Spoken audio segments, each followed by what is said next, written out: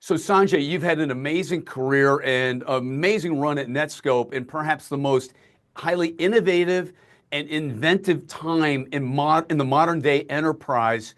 When you think of Netskope and you think of your go-to-market and how you help enterprise clients keep the enterprise safe and secure, what's your guiding vision and mission and your guiding principles as you ideate and think about the future?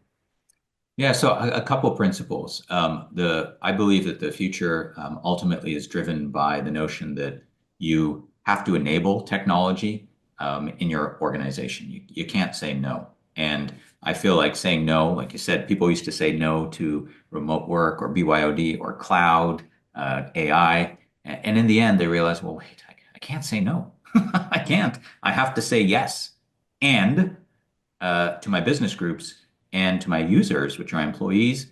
And I just have to help secure that environment and accelerate it. And so one of my guiding principles is when you look at technology as a C-suite person, you go to the answer of yes and yes, I want to use that. I'm going to let people use it, and I'm going to put some guardrails around it. That's the culture that I always think about.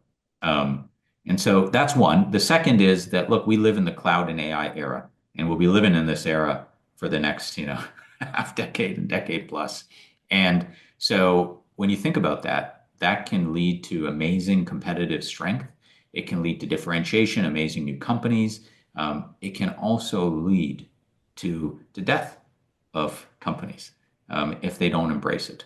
And so the other thing I think about is, how do I let these companies, whether they've been around 100 years, 10 years, whether they're 1,000 people or 400,000 people, right?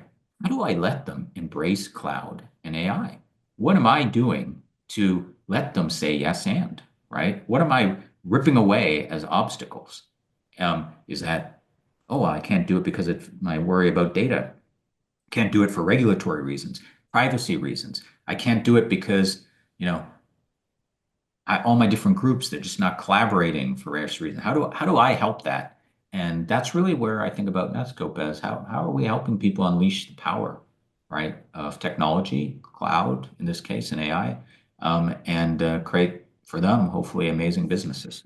So that's how I think at a high level.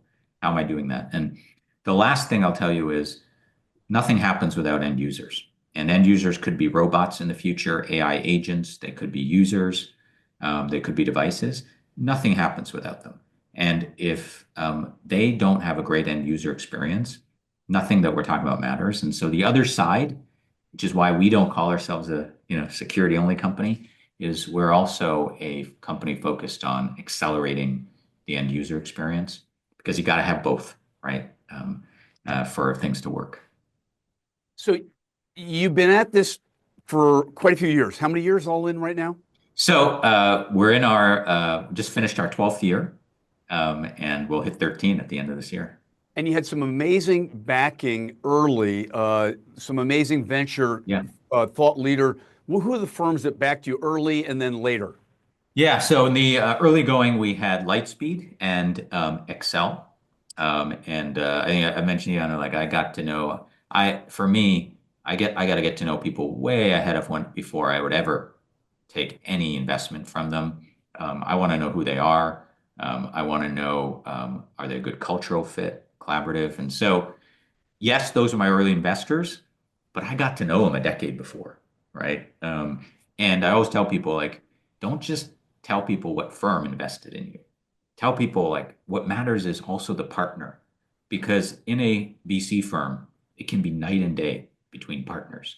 And I think as an entrepreneur, it's not said, right? Because it's not some things you don't want to say out loud, but that's what I tell, entrepreneurs, like, hey, don't just pick the firm, pick the partner. And so I had, yes, Lightspeed Excel, beautiful salt of the earth person, Eric, and Arif. And then later on, brought in Iconic. And Iconic used to be you don't contact us. We will find you, people. You go to their website, you see nothing. But now that's changed.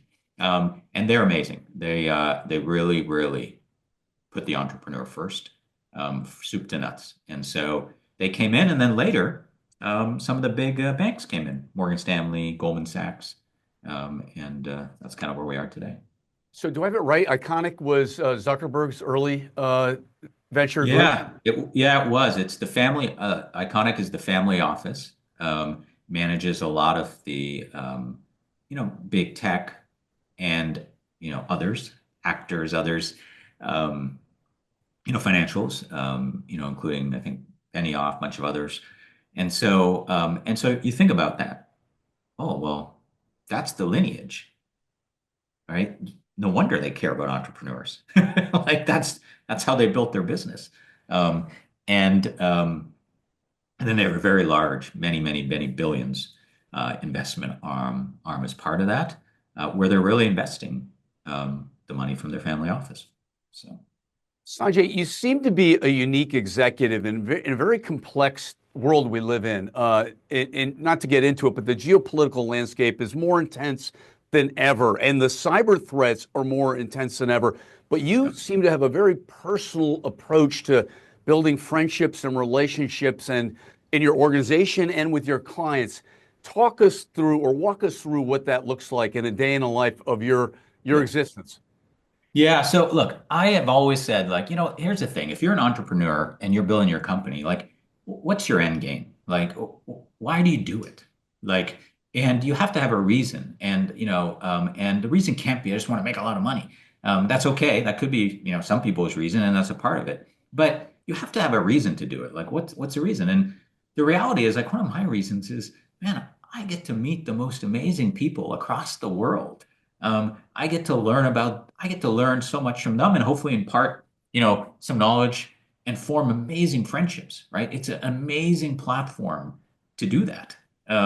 And in the end, what you do is you form some great connections. You help a lot of people, not just companies, but people. And hopefully, one of my focuses is do it the right way, right? Put your head on your pillow and go at night, like, man, I feel good about myself, man. Like I did it the right way. I did it ethically with integrity.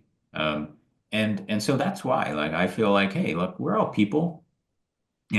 People want to work with people they get to know, they respect, they view as high integrity.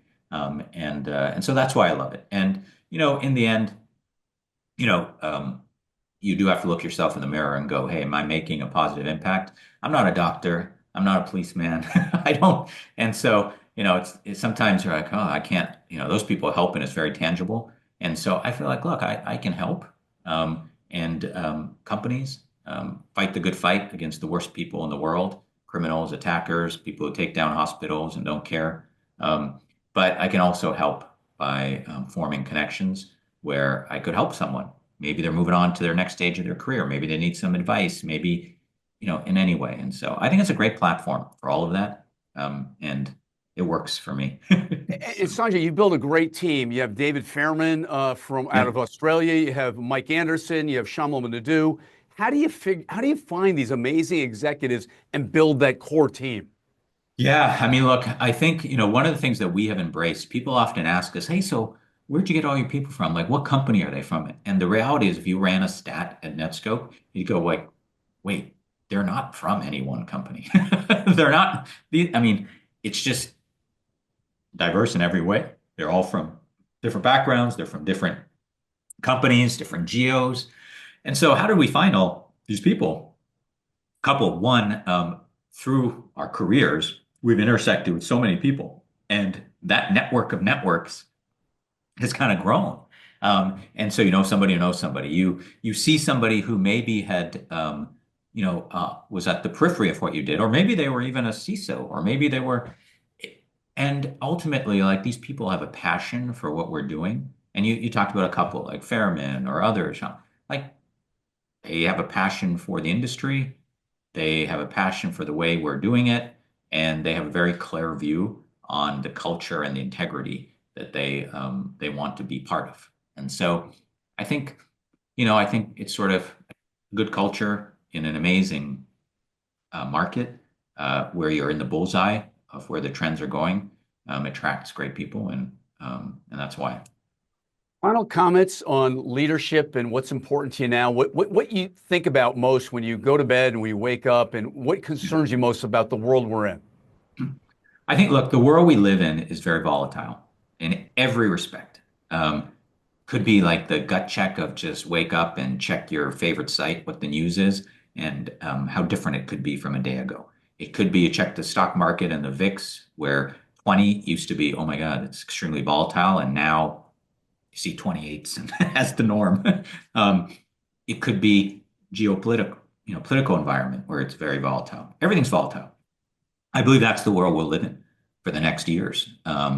And so one is you just have to accept that it's the way it is. And so how do you navigate in that environment? How do you set expectations, both of the people in your company and externally in that environment? And how do you adjust to it? And so I think one is, look, I'm not going to affect the volatility in the world. Like I can't, I'm not in a position to change that. I just got to embrace it and live it and steer, our organizations and culture to live with that and thrive in it. And so that's one is, look, control what you can control, focus on that, accept reality. The second is don't ever sacrifice what you believe in and your integrity while doing it. And in many places, you look at AI and you go, like, are there people sacrificing their integrity, um, you know, um, you know, to get ahead in some of the applications people are releasing? I think, like in the end, when you put your head on your pillow, you have to do it the right way. And I think people who don't and take shortcuts will look back as and maybe won't be able to look at themselves in the mirror. And so I think it's both things, right? Embrace the reality of the world, learn how to thrive in it, train and educate and direct and lead your people to do that and collaborate with others to do it. And then two is don't ever sacrifice what is most important, which is your integrity and your culture.